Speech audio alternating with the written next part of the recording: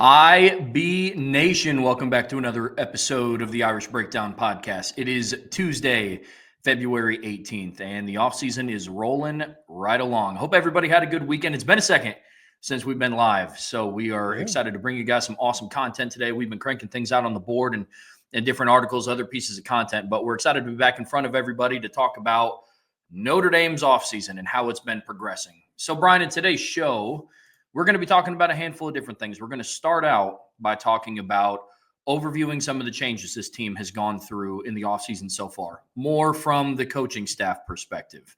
It's been a lot of different staff changes. We're going to kind of recap everything, and then we're going to talk about is Notre Dame better off now? Are they worse or the same? We're going to give some reasons why, and then some potential changes that we might be waiting on.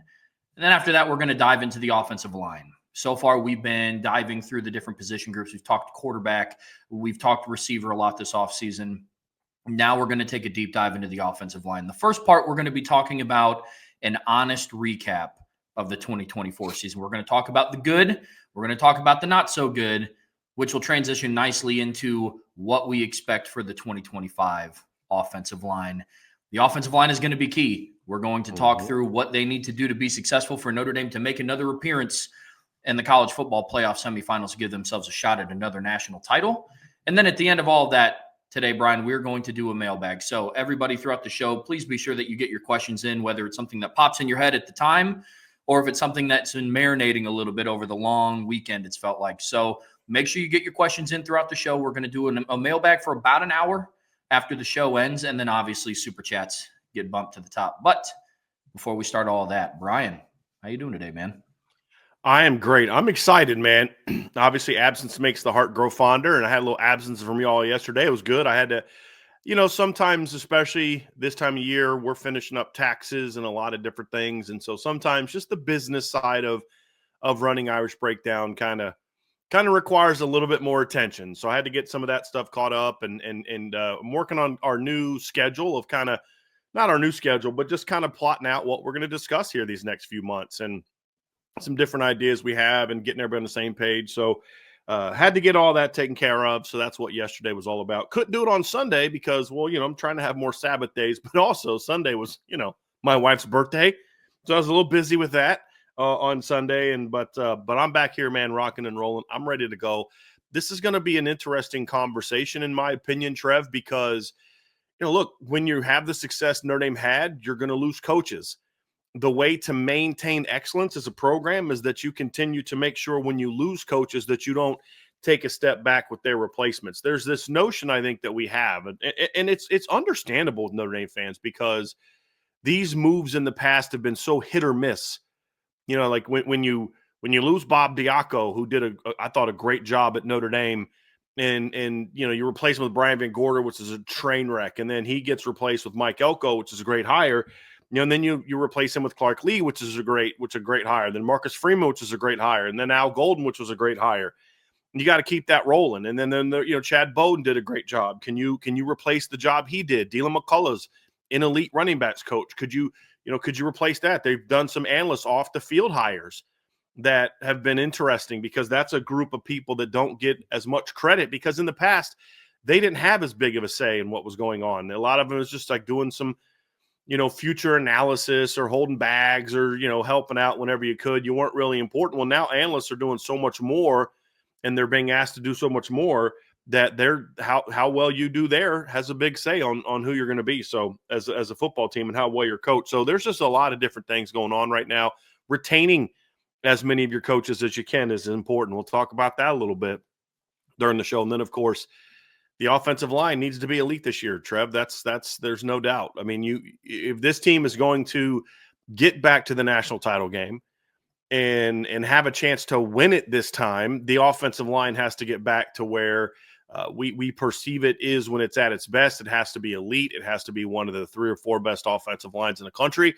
And more importantly, it has to be there when it matters most because, it wasn't always the case this season. And there's a lot of different reasons why, and we'll get into those, but it's an important topic. It really is. And I'm excited to talk about both of these. And we talked about quarterback, we've talked about safeties, receivers, and we'll have more on the receivers as we get into this. But I really think this offensive line conversation is huge and things that we're excited about, things that we're concerned about that we're going to dive into, and just trying to have an honest conversation. Because I feel like with this offensive line talk, Trev, there's a lack of we're doing so much of this.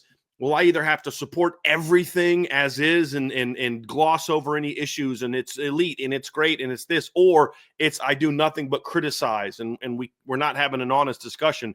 There's some really good things that we saw from the O-line this year, players-wise, coaching-wise, and some troubling things that we saw this year, player-wise and coaching-wise.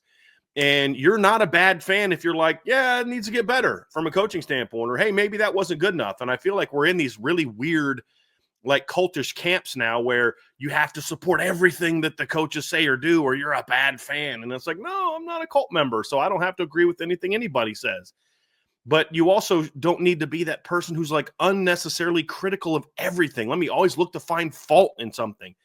And I think there's a really healthy balance, especially the offensive line, where I feel like that's where there's been the most of this push-pull of those two camps, right? And we're going to have an honest conversation today about what went well, what still needs to be better, and how those things can kind of factor in to get the 25 offensive line in a position where it should dominate. And that's the one thing that I think both camps will agree on is 25 needs to be dominant and has a chance to be dominant. The question is going to be, can it get there? So that's what I'm looking forward to talking about. I always love some offensive line play. But these are going to be fun talks. And obviously, if you guys want – and also, just so you guys know, mailbags don't always just have to be questions. If you got something you want to say, hey, listen, here's my thoughts on this, or I have this opinion or that opinion, you go ahead and put that in there too. Just still put MB on there, and we'll be able to tell the difference between a question and a comment. But get those in, and it doesn't have to just be about the topic today. But I like hearing from you guys. When we're talking about these different things, I want to hear what you guys think about it. And here, when we talk about this coach leaving and that coach arriving, we want to hear your thoughts too. That's what makes the chat fun. Sometimes they go off these things where they're just talking about something that's nothing to do with the show, and it's distracting because we're trying to stay engaged on the chat as well. But it's also because I get disappointed because I want to hear what you guys think about things too. That's part of the fun of doing the show is like, hey, here's where we're at, but what do you guys think? And so I'm also looking forward to hearing some of that feedback as well. And yeah, it's going to be fun. It's going to be fun. So Trev, I'm ready to rock and roll. And I think diving into this coaches conversation is going to be a good place to start because we're not completely done yet, but we have an idea of there's still some analyst hires that need to be made, but all the big decisions have been made with the exception of one. And we can at least talk enough about what that needs to be to kind of get an idea of where things are headed with the coaching staff. And then we're talking on-field and off-field coaching staff. So let's jump in head first here, Bryan, and talk about the first change. And it was one of the bigger, if not the biggest change of the offseason. Defensive coordinator Al Golden departs to head off to the NFL to be the new defensive coordinator for the Cincinnati Bengals. And it came at a time very fresh off of the loss in the national championship game. Yeah. Which I think for me personally, and it sounds like everybody else in the chat, it kind of hit a little bit harder where 72 hours after Notre Dame loses the national championship, they lose their all-star defensive coordinator. But was it even that? Was it even like it maybe it was official, but we kind of felt like the next day. I mean, there was already stuff coming out before the game where it was like so Trev, we knew it was going to happen, but it still kind of stung. It's like when it becomes official, it's like, man, it's like I now know what salt in the wounds feels like. I hear you. But it didn't take Marcus Freeman long to find Al Golden's replacement. He found that in Chris Ash, who has spent the last couple seasons in the NFL, couple as a position coach with the Las Vegas Raiders, and most recently on the Jaguars front office staff. But he does have experience as a defensive coordinator in 2020 at Texas, as well as being the defensive coordinator for the 2014 and the 2015 Ohio State teams, and a handful of other schools before that, Wisconsin. He was the head coach at Rutgers, not really weighing too much in his experience and his qualifications to be a defensive coordinator. But, Bryan, that's where we're at. Chris Ash was hired to replace Al Golden. So when we talk through this replacement, and this is one that we've covered pretty consistently throughout the offseason between buy-sell holds and mailbags, where do you start when you look at this one? Well, look, we've talked about our opinion of the hire. That's not the point of what we're going to discuss today. But I did want to point out something, because there has been this talk kind of going around. I had even a good friend of mine the other day called me, and pretty connected to the program, and he talked about, like, do you really feel like Notre Dame is too reactionary with these hires? And one of them was the Chris Ash thing, and as if like he's like he makes the comment, and again, it's, from an outside standpoint, I get this point of view, and that's why we want to address it, not as a criticism of the perception, but just to give some clarity to the situation, which is, there's this thought, like, was Marcus Freeman really not prepared for Al Golden to leave? And that's how he got, quote unquote, stuck with Chris Ash.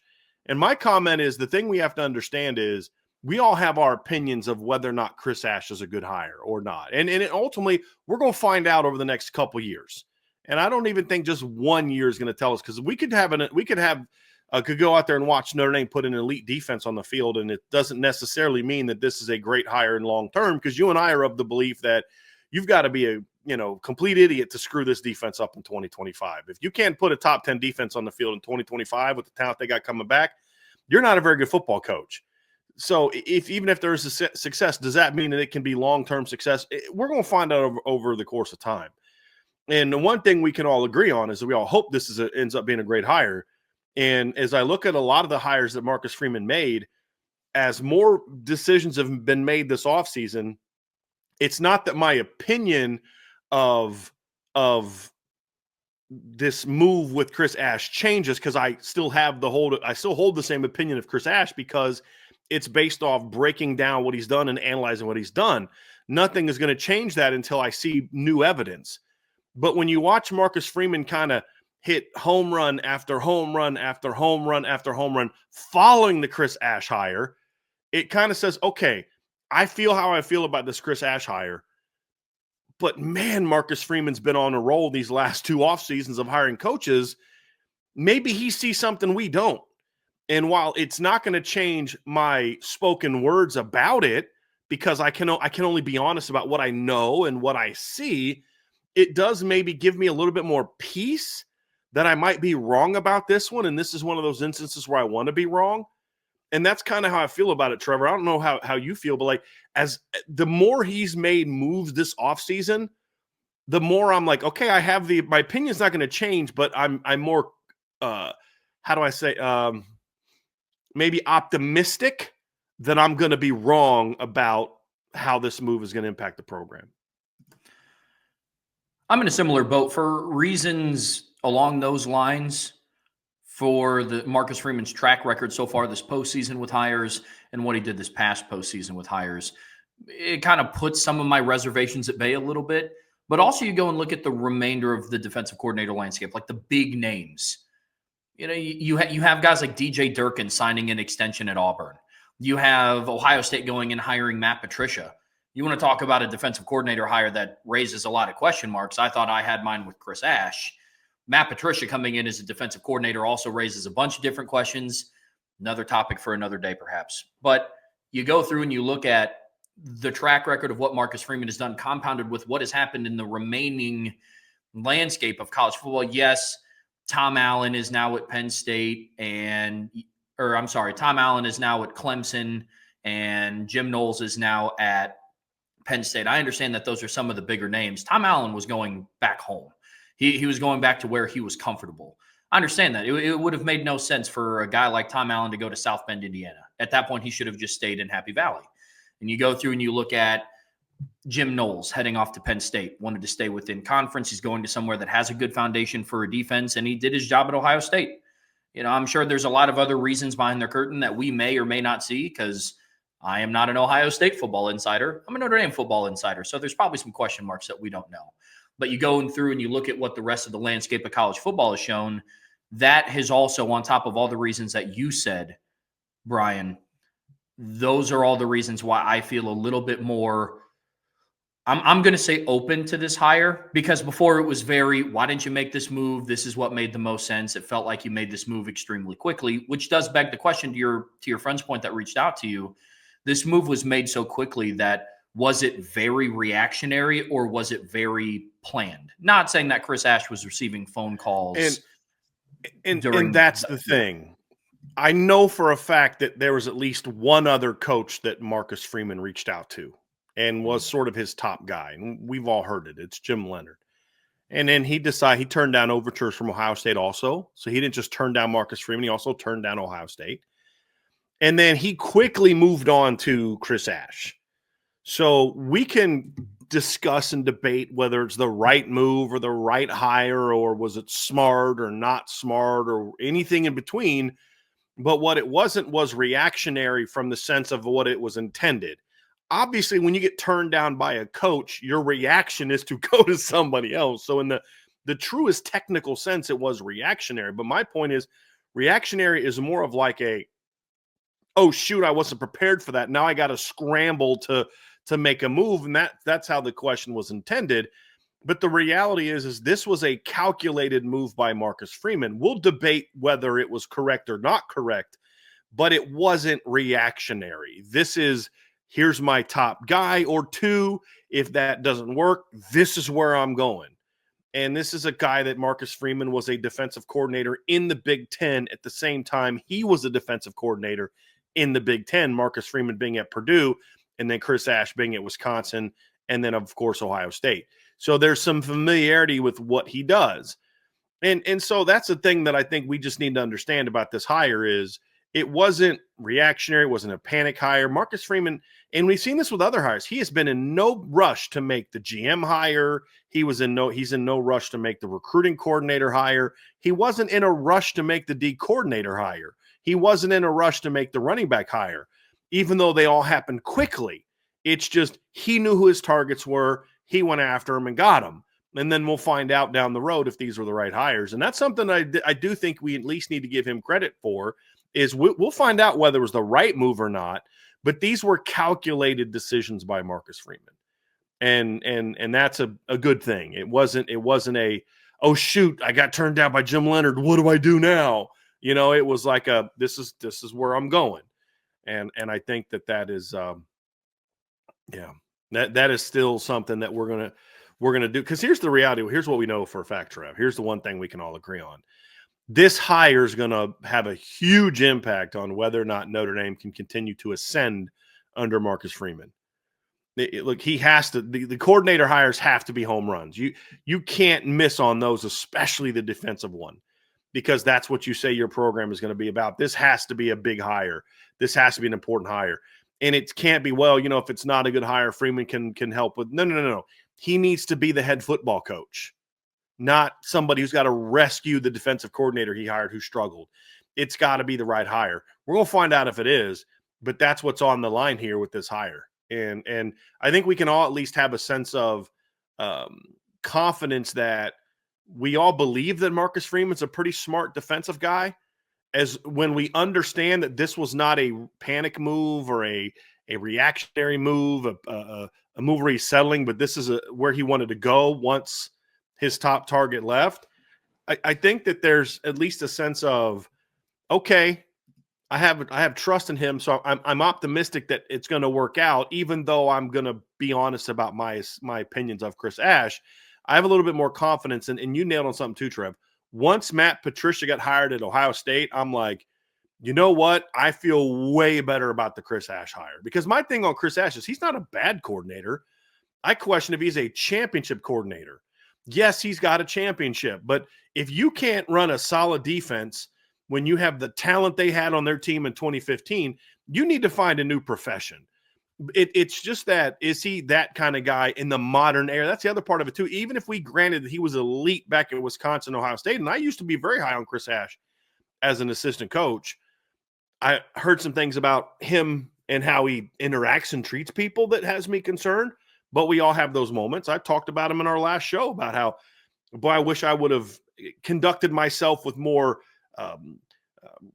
maturity or patience or whatever the case may be back in when I first got started into this. And I wasn't 21 years old. You know what I mean? Like I was in my 30s, late 20s and 30s when I was really getting into this kind of stuff. So we all have those moments where we can bounce back and recover. And I hope that Coach has been able to do that. But it's more so also the adjustment to the modern game, because we haven't seen, he's been a coordinator for 1 year in the last decade, and it didn't go well. And We've talked about some reasons why it's hard to really gauge that. He was taking over a bad defense during the COVID year where they had no offseason, couldn't do install, couldn't do this, couldn't do that. But you have those questions of, okay, can he really adjust to the modern game?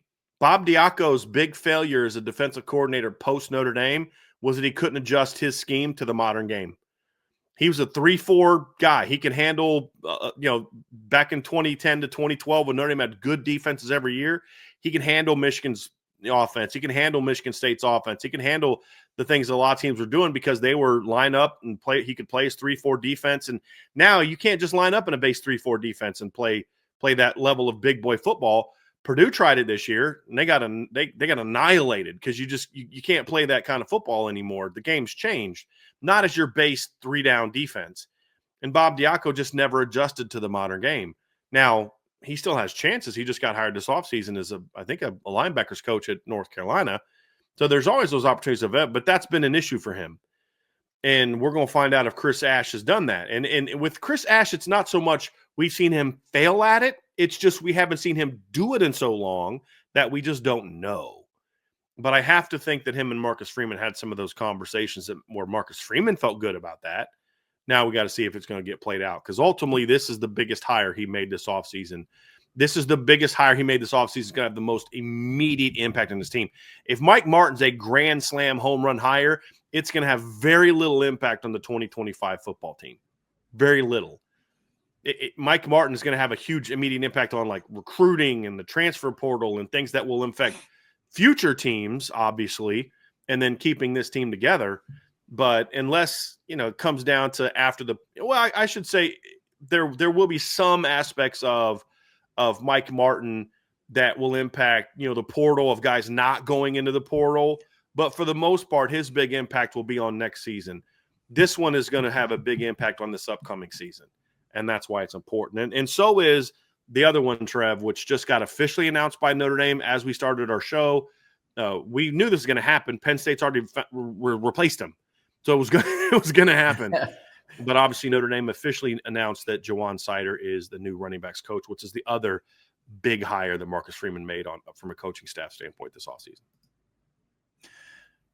It's going to be a huge impact. I mean, outside of the Chris Ash hire, this is kind of the next hire that you're going to see immediate impact in 2025 for. Marcus Freeman was tasked with replacing Dylan McCullough, who made the decision to go and follow Chip Kelly to the Las Vegas Raiders for the head. He went with Pete Carroll more than Chip Kelly. It was more about Pete Carroll than it was Chip Kelly. Yeah, sure. I'm not saying it was for, but he very closely behind Chip Kelly went to the Las Vegas Raiders to be on Pete Carroll's newly rebuilt coaching staff, which left Notre Dame with a hold. I mean, everybody was boasting, us included, about how successful Notre Dame's running back room was in 2024. And they returned every single person from that unit outside of Devin Ford for 2025. So this hire for this position group specifically was a monumental hire. And they had to find somebody who knows how to balance a deep running back rotation. Penn State's coming off of a year where they had 2 running backs go over 1,000 yards in Katron Allen and Nicholas Singleton. Notre Dame has a lot of mouths to feed in that room. Jeremiah Love and J.D. Price for starters. Now you have Aeneas Williams, who showed his worth in the postseason. Kedron Young is going to be fighting for more carries. Jabron Payne could potentially come back healthy this year.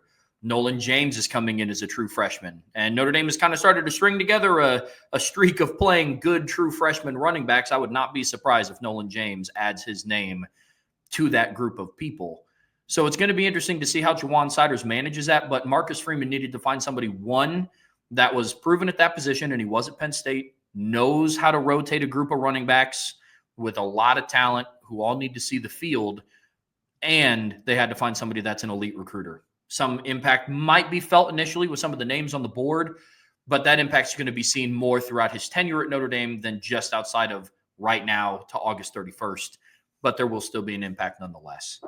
So, Brian, when you go through and you look at the hire of Jawan Siders that Notre Dame just made official, when he's replacing Dylan McCullough, big shoes to fill, as you and I both know. How do we feel about this hire, man? Really big shoes. I mean, look, when you lose a coach like Dylan McCullough, I don't know that there's a hey, are you going to upgrade into position? It's like, that's not really the point. And yeah, I've been asked this question a lot. Who's better, Dylan McCullough or Jawan Sider? Who's better between those two and Tony Alford? And it's like, that's not how I look at it. It's like, are you elite or are you not? And I don't look at it as like, well, this guy's number one and this guy's number two and this guy's number three. I don't really care about that because it's hard to compare that because you're at different places with different circumstances. But here's what I know. Notre Dame lost an outstanding football coach in Dylan McCullough. They lost an outstanding recruiter when Dylan McCullough left. They lost an outstanding mentor to young men when Dylan McCullough left. And to me, all three of those things are vitally important. Now, I don't know a lot about Jawan Sider as a mentor to young men. I've heard he's a really good guy. I've heard he cares about those things.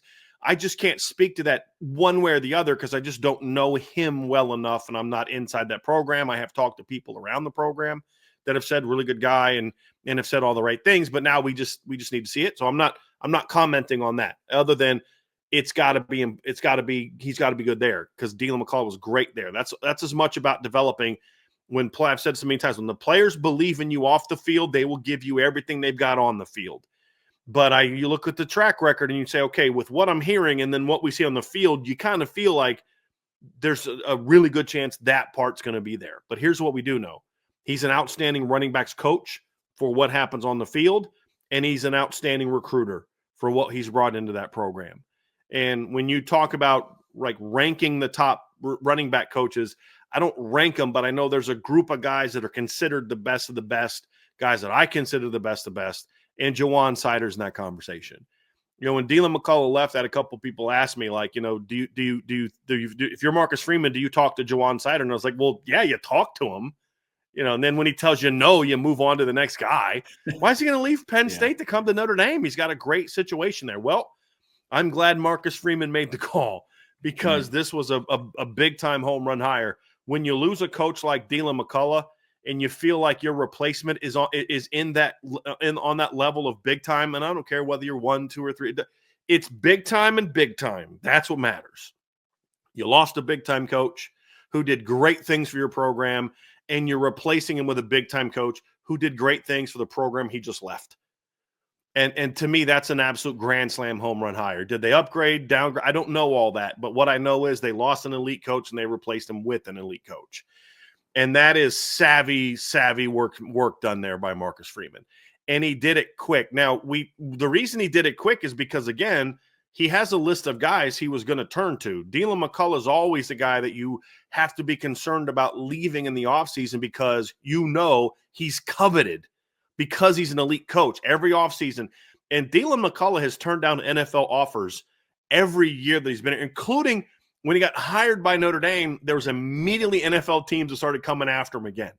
And he turned them down. And he turned them down after the 2022 season. He turned them down after the 2023 season.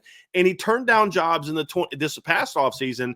But when Pete Carroll came calling, that was too much. And there was a connection there. He did sort of a mentorship, not a mentorship, but like they have this thing where college coaches will work with NFL teams. And he did a program with Pete Carroll when he was with the Seahawks.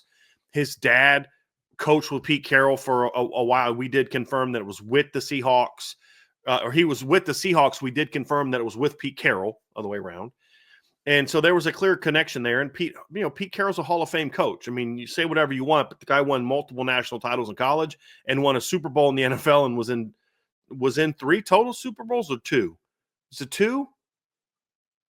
I know he's they played the Patriots, and I know that they played they beat the Broncos, but let me go look at that. Steelers. That was, I think, under Mike Holmgren. I think that was Mike Holmgren, but I could be wrong on that. I'm going to go look at that real quick because he was with the Seahawks from 2010 to 2023, won a Super Bowl. Let's see here in his tenure, they got to the Super Bowl, won 2 national titles, got to the Super Bowl with Seattle twice. It was back-to-back years.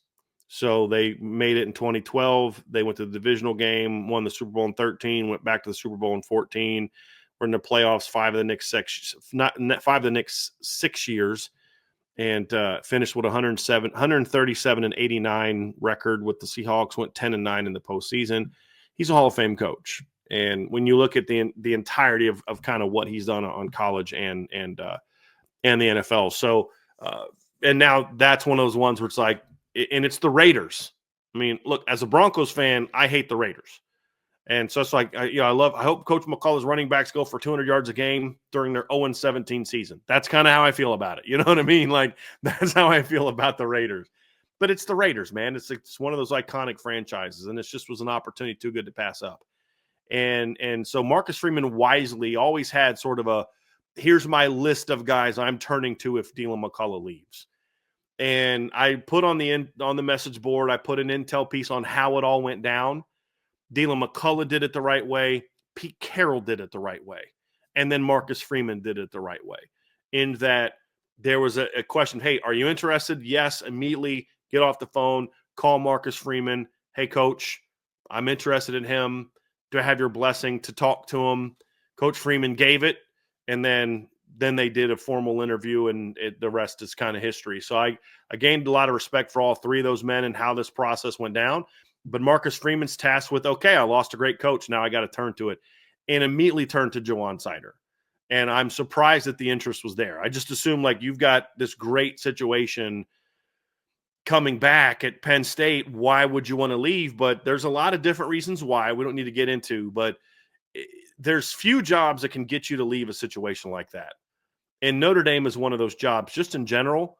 But when you say, I'm not losing anything from a talent standpoint, and maybe I'm getting a slight upgrade in talent on top of all the other things that make Notre Dame a better job, it was impossible to pass up, I believe, is just what it comes down to it. And look, you're at a place long enough, Trev. There eventually comes a point in time where it's like, I've gone as far as I can go in this at this place, and it's time for a fresh start. And I think that played a role in it well. But at the end of the day, here's what matters: he made a home run hire for running backs coach, and this offense is not going to miss a beat when it comes to the staff from what it was. And that's not acting as if Dylan McCullough's easy to replace. He's not, which is what makes this such an impressive move by Marcus Freeman, to be able to lose a coach like that and replace him with a coach like Jawan Sider is big time. If you wanted an example of Marcus Freeman's confidence in himself and his coaching staff and his philosophy, it's the entire process of the Dylan McCullough hire, in my opinion. And those are the things that you love to hear about. Why do people want to come work for Marcus Freeman? Well, there's a lot of stories about, he's an up-and-coming coach. He works really well with the staff. He's a family-first guy. The players, the kids love him. But supporting your coaching staff goes a really, really long way. It would have been really easy for Marcus Freeman, a guy who loves Dylan McCullough and has a good relationship with him, who has given Notre Dame's running back room a lot of success. It would have been easy for him to say, do I have your blessing for this? It's, no, man, I need you here at Notre Dame. But he wants not just his players, but the coaches that work with him and work under him to go off and be successful in their own careers, whether that be at Notre Dame or not. And then to have the confidence in yourself to go out and meet and interview and get a guy like Jawan Sider, I think is huge. So this entire hiring process gave me even more confidence moving forward that Marcus Freeman's just that dude right now for Notre Dame. Everybody talks about being an up-and-coming coach in college football, and a lot of that is the product on the field. But how do you get the product on the field? By doing things the right way, Sunday to Friday, by doing the right things in the offseason with your coaching staff. And that's what Marcus Freeman continued to do. So now look, if Dylan McCullough wanted to go to the Raiders, there was nothing that Marcus Freeman could do about it. That's not the point. The point is, but you can do it. There's a right way and a wrong way to go about it. And I think they all three did it the right way. And that's the coaching profession. That's the reality. You give me, and the thing I like about Marcus Freeman is, like, look, I don't care if you're with me for a year, 2 years, 3, but when you're here, you give me everything you've got. And Dylan McCullough did that as in every phase, as a coach, as a recruiter, and as a mentor of young men. And he did it with integrity. I mean, we've shared stories about how that has come to fruit, and how that paid off for Notre Dame from a recruiting standpoint.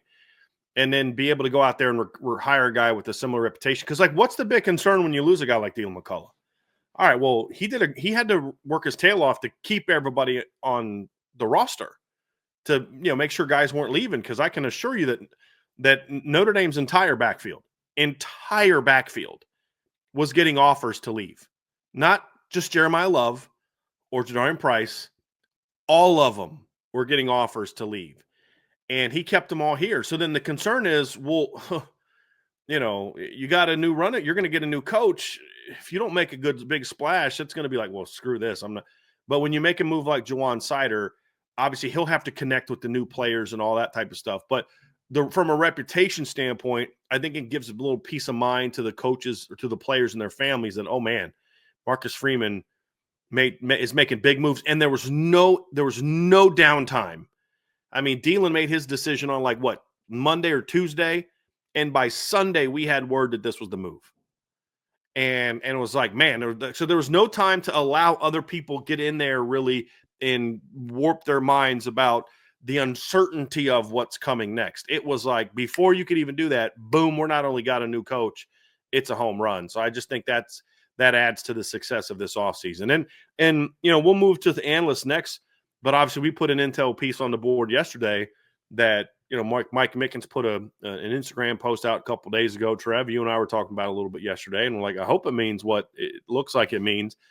Talk to a source, it definitely does. Mike Mickens is staying at Notre Dame. That was another big win, because by not promoting him to D coordinator, Marcus Freeman took a big risk that he wasn't going to lose Mike Mickens this offseason. And Mike Mickens has decided to stay. He had been courted by other programs, but he's decided to stay for this next season, which is huge for Notre Dame, because if you lost Al Golden and Mike Mickens in one offseason, that would have been incredibly challenging to overcome. Incredibly challenging to overcome.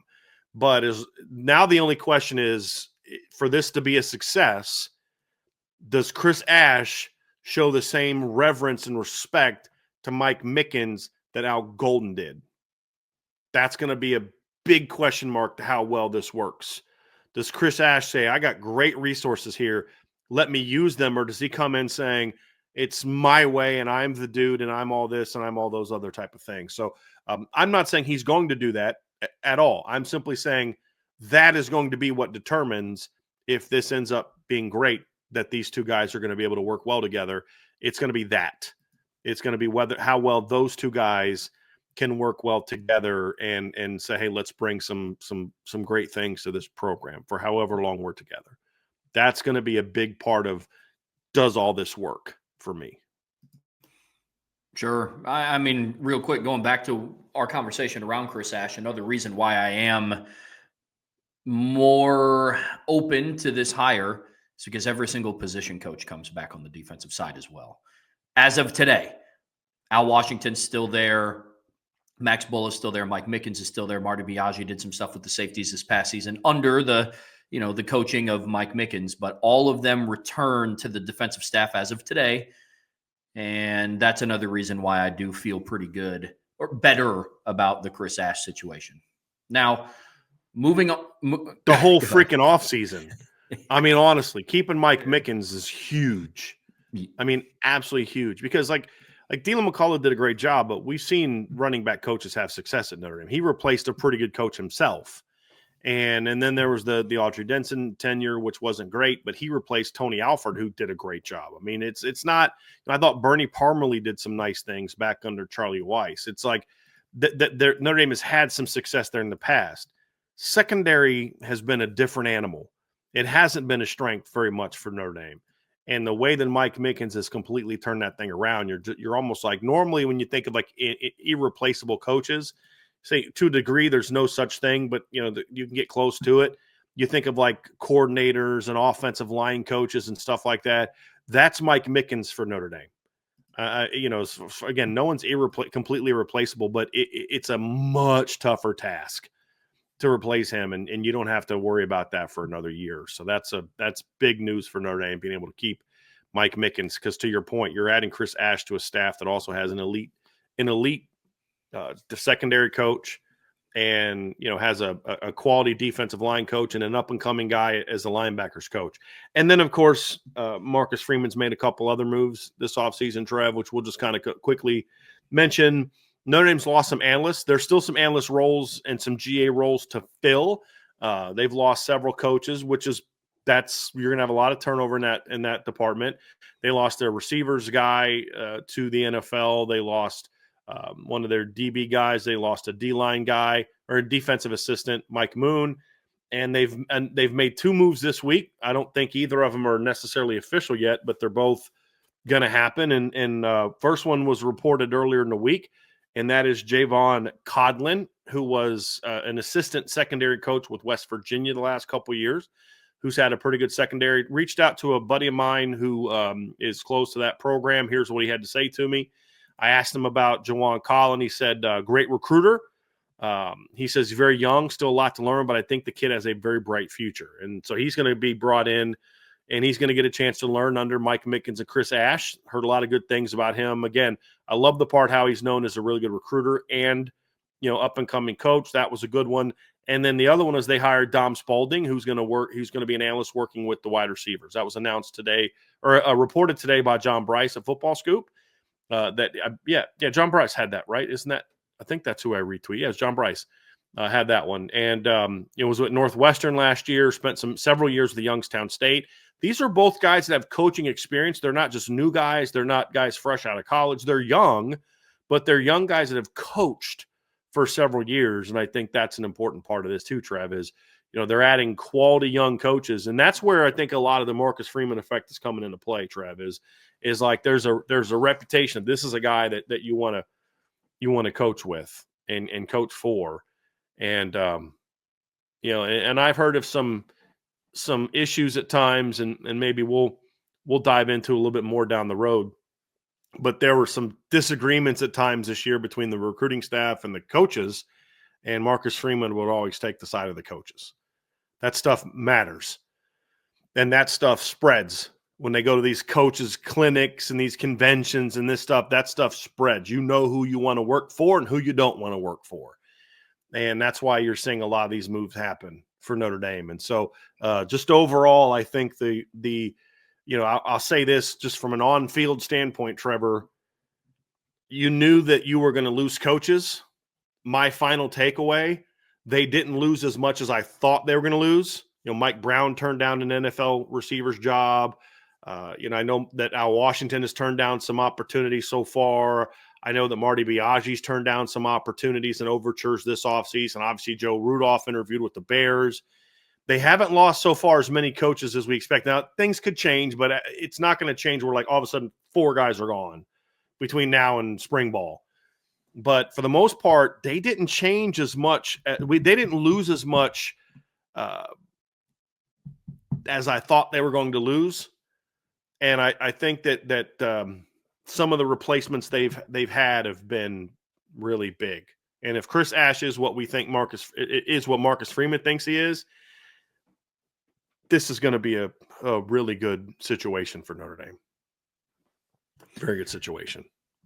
The only other hire that was made that we haven't talked about yet, we'll keep it brief because we did have a segment on this in a previous show, was Mike Martin replacing Chad Bowden as the new GM for Notre Dame. Now, there's some different thoughts on what his management's going to be of the team. What we know right now is he's going to be in charge of or overseeing a lot of the duties with roster maintenance and maintaining the current roster, doing things in the transfer portal. Excuse me. And it's a big hire. I voiced my opinion on it when it was announced. I love the fact that they got an NFL guy with a background, especially with a team like the Detroit Lions, to come in and step into this role vacated by Chad Bowden. So for me, it's the other hire, the other big hire that was made this offseason. And Brian, you touched on it earlier. We're going to see more of his impact down the road. Yeah. If we all believe his impact is what it's going to be on the field. Yes. We should start to see an impact right away from a recruiting standpoint and an operational standpoint. But in regard to like how it impacts the team, it's more 26 and beyond. We won't spend a whole lot of time on this one, Trev, because we did break this down like very recently. I think our Wednesday show, right? I think is what we talked about at the beginning of our Wednesday or Thursday show last week. But my big takeaway is I love the direction that Marcus Freeman is going structurally. The remaining big hire left is the recruiting coordinator, recruiting director, whatever they're going to call it. That's the one thing out there. There's been some reports that somebody at Auburn was like the guy. That was a false report. That's another example of the media being used, or sometimes in this case, I think willfully being used to help a coach get a pay raise and to pump, to pump his own reputation, which is fine. It's part of the business. There was definitely interest from Notre Dame. I'm not going to deny that, but it was never he's the only guy. We want him so badly. Oh, geez, he turned us down to stay at Auburn. There were several candidates for this position. Marcus Freeman had not settled in on one guy just yet. And there are still other guys kind of working their way towards it. So, to me, that's something I look at, Trev, and say that hire is going to be big, but that guy's going to work with underneath now the GM. And so Mike Martin is going to run sort of the overall operation of putting a roster together. And there's a lot we have to learn yet, which is why we're not going to spend a whole lot more time on it. What's the relationship going to be like between his group and the assistant coaches? What's it going to be like with his group and the recruiting team? Does the recruiting team work under him, or do they work for him? There's a difference, and one way works and one way won't work. You've got to hire someone and this is also why I think not going to a recruiting coordinator just yet could be good, because he needs to have a say in who that's going to be. That's why the whole "this is our guy" thing before Mike Martin was announced was always kind of, no, it's not what they're saying it is, because he was going to have a say in this. And that's kind of, it matters, because this guy's going to work with him very closely. He needs to have a say on who that person's going to be. And we're going to find out what that's going to look like. But I just structurally, I like that Marcus Freeman's splitting that into two jobs. That's the one thing we said day one. I said, I don't know who the next GM is going to be, or whatever the case is going to be. There's good candidates out there, but I want it to be split in between two roles. Would I have been happy with James Blanchard putting it all under one? Totally fine, because I think he would have been a home run hire in that regard. But I just see the way this is going. I see it the same way Marcus Freeman sees it, that this has to be somewhat of a split role, where one guy looks at a bigger picture, he's into evaluation, he's doing this, and the other group is more of just the grind, the recruiters, the visits, the doing all that kind of stuff. And I just think that that's going to work really well together. And that doesn't mean the recruiting director won't be vitally important. I mean, that's where I want to go get the next Chad Bowden. I didn't want the next Chad Bowden as a GM. That's a different role than what Chad Bowden was great at. Chad Bowden is a grinder. He's an evaluator. He's a recruiter. Go get that kid. I still think they're looking to replace that hire directly. This is going to be more of an overseer on top of being a great evaluator. So I want people to make sure that they understand my overseer thing properly. I don't mean he's just a decision maker and he's the boss of everyone and he doesn't have day-to-day responsibilities from recruiting and evaluation. I'm not saying that at all. He's absolutely going to do that. But what I mean is he's the guy that has to keep everybody on the same page. And to do that, you can't be the guy that's on the phone all day calling high school kids, calling their parents, calling their coaches. That's what the recruiting director needs to be. You can't be on the road all the time. You can't be doing all that all the time. You need to be able to do that, but you also need to be able to have people that are doing a lot of that type of stuff. That's why you need Caleb Davis and Carter Allman, and that's why you need a recruiting director to kind of handle those responsibilities. And I would even grow that staff even more. Becca Seitz is someone else who's involved in a lot of that. You need those people. They're vitally important. And you can't be the one doing that as much as maybe as what Chad did as the GM. I think Chad was a phenomenal recruiting coordinator. I think you needed something different as a general manager in the direction that role, I think, is going in college football. And that was my big takeaway from that decision of bringing in Mike Martin. Because you're not bringing him in to be the next Chad Bowden. And I was told this by somebody. They're not looking to replace Chad with another Chad, and that wasn't meant to be a disrespectful thing. Notre Dame loves what he did. Marcus Freeman loves what he did. It's more so we're looking for a different type of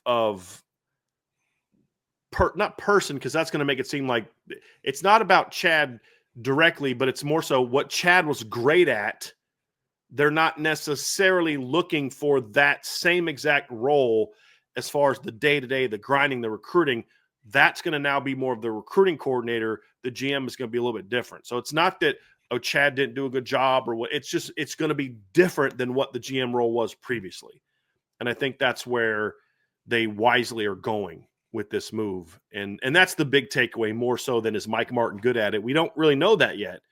This is a different role for him. But everything I've heard so far has been great. Now we need to see how it plays out. But I just think structurally, I think that's the important thing that they're doing here. So when you go through and you look at all the changes that Marcus Freeman had to overcome this offseason so far, and the important coaches to his staff, on the field coaches and off the field coaches that he had to replace, do you believe that Notre Dame is now better off? Are they in a worse position than what they were in 24? Are they the same, in your opinion, Bryan? The answer, and I mean, you're asking this because I told you to ask it, and I think it's going to be an interesting conversation, and I don't know that I necessarily have a strong answer. I think at the very least, I feel like Marcus Freeman was able to keep it to where it's going to be a stagnation for the on-the-field product. Okay, so what I mean by that is, if you look at just the on-the-field coaching staff, I think at the very least next season, you're going to be every bit as good as you were this year. And here's why I say that. Do I know that Chris Ash is as good as Al Golden? I don't know that. That could be a slight step back. But the staff around him is now going into their second and third seasons minimum. Mike Mickens has been at Notre Dame since 2020. Al Washington was part of Marcus Freeman's initial staff, so he's going into year 4. And Max Bulla is going into his second year as a full-time coach, third year on staff. So that's a lot of people that know the kids, know the players, know what Marcus Freeman wants, which is going to help Chris Ash make a smoother transition. But then I look on the other side of the ball. You're going into year 2 of Mike Denbrock. I expect an improvement there. You're going into year 2 of Mike Brown being the receivers coach. I expect improvement there. You're going into year 3 of Joe Rudolph as the offensive line coach. There's continuity now. Yes, you're losing your running backs coach, but you're bringing in the same guy. You're now going to go into, was it year 2? Or no, it'd be year 3 of your special teams coordinator, right? Because Brian Mason was only here the 1 year, correct? 2022. It's only a year was here. So you're now going into year 3 of your special teams coordinator. So there's a lot more continuity now than there was a year ago, because a year ago, well, I shouldn't say that. There's enough continuity at other positions to where it can hopefully help offset the fact that you have a new defensive coordinator, because you are returning your all coordinator, special teams coordinator, your head coach, almost all your position coaches, and then the one other position coach you had, because I don't count the coordinators anymore as position coaches. They're now just more coordinators. But you know, Mike Denbrock still coaches the tight ends, but there's help there, and it's a smaller position group. I mean, just the position coaches. You lost one, you made a great hire to replace him. I think at the minimum, you've been able to say we're going to be stagnant, right? And I shouldn't say stagnant, not a bad word. You're going to be on the same level at the minimum. And then if Chris Ash ends up being a good hire, then I think you're an even better staff next year than you were this year. Not because you have better people per se, but because there's so much more continuity than there was within the last. I mean, it's a lot of turnover on offense the last 2 years. I mean, you had 3 coordinators in 3 years. You went from Reese in 22 to Parker in 23 to Denbrock in 24. You had an offensive line changeover from 22 and 23. You had a receiver changeover from 23 to 24. You had a new tight ends coach in Mike Denbrock, who's also the new OC. You had a new linebacker coach last year. So you had there's been last year you were only going to year 2 of your special teams coordinator. It's been a lot of turnover.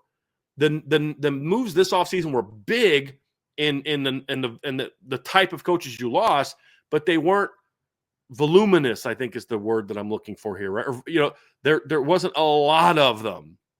You only had to replace 2. And I think that's why I think at the very least you're here.